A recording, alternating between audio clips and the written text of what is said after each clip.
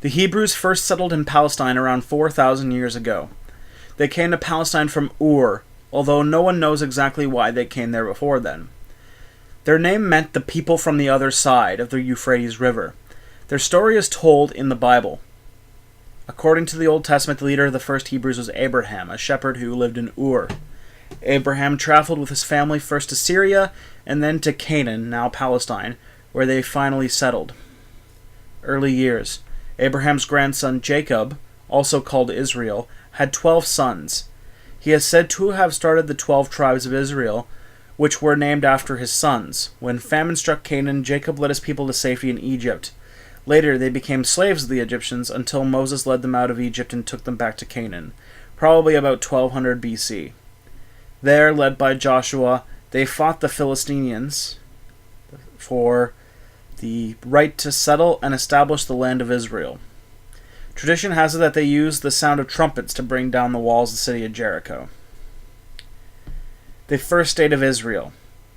Around 1020 BC, the Philistines began to threaten the Hebrews. To defend themselves, the Hebrews banded together and appointed Saul their first king. His successor, David, united all the tribes, made Jerusalem the new nation's capital, and added a number of other territories. As defensive measures, his son Solomon built several new cities and a wall around his capital. The great temple at Jerusalem is his most famous work. He was peace-loving and wise. According to the Bible, Solomon was a wise king. It is said that 2 women came before him with a child, each claiming to be its mother. Solomon suggested that he cut the child in 2 so each mother could have half. One woman broke down and gave up her claim. Solomon recognized her as the true mother and gave her the child. His reign has marked the peak of Israel's history. After he died, his people argued and divided into 2 nations, Israel and Judah. Troubles and dispersion. After a rebellion by the Israelites, the Assyrians captured Israel in 721 BC and then Judah in 683.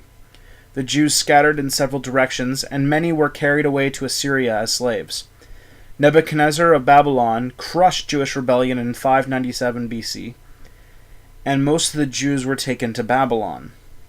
During that exile, much of the Old Testament of the Bible was written down. This is the beginning of the diaspora, the dispersion of